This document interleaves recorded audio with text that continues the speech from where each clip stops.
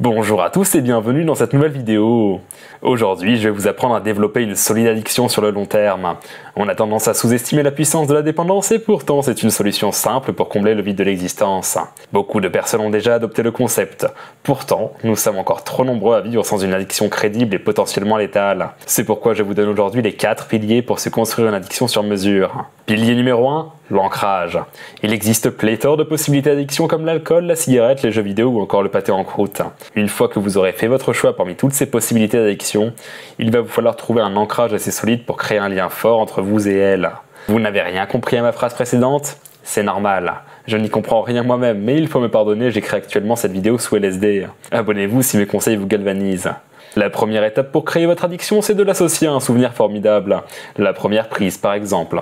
Si vous souhaitez vous mettre à fumer, je vous conseille d'allumer votre première cigarette lors d'un événement particulier, juste après votre premier rapport sexuel, par exemple. Ainsi, vous associerez la cigarette au plaisir et il vous sera très compliqué de vous en défaire. Pilier numéro 2, la répétition. Oui, je sais qui dit répétition dit discipline et on sait tous à quel point c'est compliqué. Cependant, je vous assure que c'est pour la bonne cause. Imaginez qu'un maître Shaolin vous montre une prise d'arts martiaux juste une fois. Est-ce que vous arriverez à vous en resservir la prochaine fois qu'une pulsion meurtrière vous traversera? Non, bien sûr, puisque vous n'aurez répété le geste qu'une seule fois.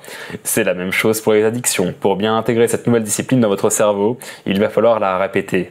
Imaginons que vous souhaitez devenir addict au chou de Bruxelles, pensez-vous réellement que vous y parviendrez en n'en mangeant qu'une fois par semaine?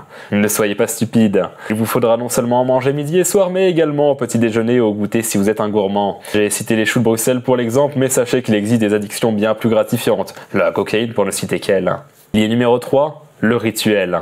Maintenant que vous vous êtes bien assommé de stupéfiants, prêtez attention à cette troisième étape, car ce sera le cadre de votre dépendance.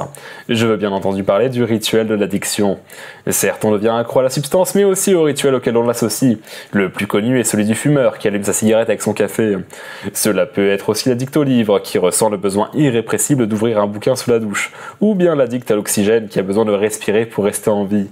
Triste, n'est-ce pas? Abonnez-vous si vous êtes d'accord. Pilier numéro 4. L'entourage.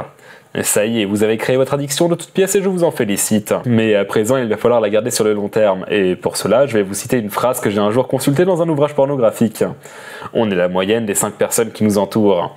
Je suis sûr que vous voyez où je veux en venir. Et si vous ne le voyez pas, ne paniquez pas, ici on ne juge personne. Bref, imaginez que vous êtes lancé dans le fabuleux voyage qu'est l'addiction au football. Vous regardez tous les matchs que vous pouvez, même ceux de la Ligue moldave. Seulement voilà, aucun de vos amis ne regarde le football. Je suis au regret de vous dire que vous allez devoir vous en débarrasser. Quand je parle de vous en débarrasser, je parle seulement de couper les ponts, donc rongez vos cordes et vos scalpels, bande de petits malins. Je sais que c'est difficile, que ce sont vos amis et que vous en avez besoin pour défouler vos pulsions, mais sur le long terme, ils risquent de vous tirer vers le haut. Peu à peu, vous réduirez votre consommation de football car vous en aurez assez d'être le seul Gus à boire des bières devant la Ligue 2 les samedis soirs. Pour finir, n'oubliez pas que la route vers l'obtention d'une addiction est semée d'embûches, mais ne vous découragez pas, un jour vous serez récompensé. Mon nom est Hugo Fourchette et je suis coach.